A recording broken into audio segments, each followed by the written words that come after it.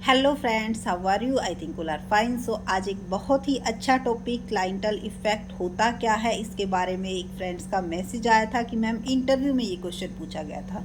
तो इंटरव्यू में ही नहीं, कई बार आप जब एग्ज़ाम देते हो तो वहाँ पर कई बार देखा गया है एक ऑब्जेक्टिव टाइप क्वेश्चंस में भी पूछ लिया जाता है। क्यों? क्योंकि ये डिविडेंड पॉलिसी का पार्ट होता है। अब क्लाइंटल इफेक्ट होता क्या है, इसको एक एग्जांपल से समझेंगे काफ़ी अच्छे से। तो क्लाइंटल इफेक्ट, क्लाइंट मतलब इन्वेस्टर्स, जिन्होंने कंपनी में क्या किया है, पैसा इन्वेस्ट किया है। जैसे किसी ने डिबेंचर ले लिए, किसी ने शेयर ले लिए। तो सभी की जो इंटेंशन होती है वो अलग अलग होती है।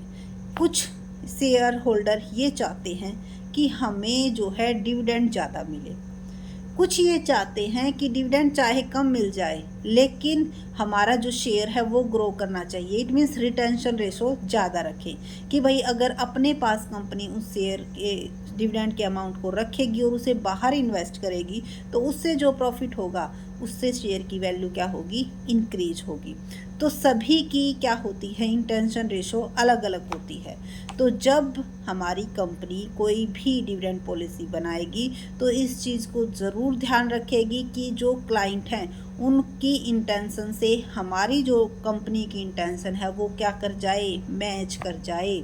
और इसी को क्या बोलते हैं, क्लाइंटल इफेक्ट। की क्लाइंट का इफेक्ट जो है डिविडेंड पॉलिसी पर पड़ता है। क्यों? क्योंकि अगर कहीं पर भी ये मिसमैच हो जाएगी, मान लो हमारी जो कंपनी है वो रिटेंशन रेशो ज़्यादा रख रही है लेकिन हमारे जो इन्वेस्टर्स हैं ज़्यादातर ऐसे हैं जो ये चाहते हैं कि हमें प्रेजेंट में अभी जो भी प्रॉफिट मिल जाए वो अब मिल जाए, बाद की बाद में देखी जाएगी। ठीक है, तो उस टाइम पर वो क्या कर देंगे, उस कंपनी को के शेयर्स को सेल करना स्टार्ट कर देंगे। और एकदम से जब सेल बार बार जो है हमारे जो शेयर हैं वो सेल होंगे तो वो उसको कम प्राइस में भी सेल करेंगे।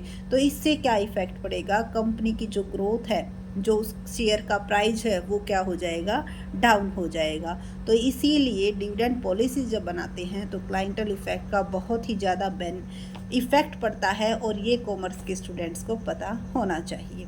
सो आई थिंक आपको क्लियर हो गया होगा, और अगर कोई कन्फ्यूज़न है तो आप कमेंट सेक्शन में पूछ सकते हो। तो इसी तरह के इंटरेस्टिंग टॉपिक्स जो भी आप में जहाँ पर भी आपको प्रॉब्लम आती है, कोई भी डाउट है, आप कमेंट सेक्शन में ज़रूर पूछिएगा। और अगर आपने अभी तक हमारा टेलीग्राम ग्रुप ज्वाइन नहीं किया है तो टेलीग्राम ग्रुप को भी ज़रूर ज्वाइन कीजिएगा। Thank you so much.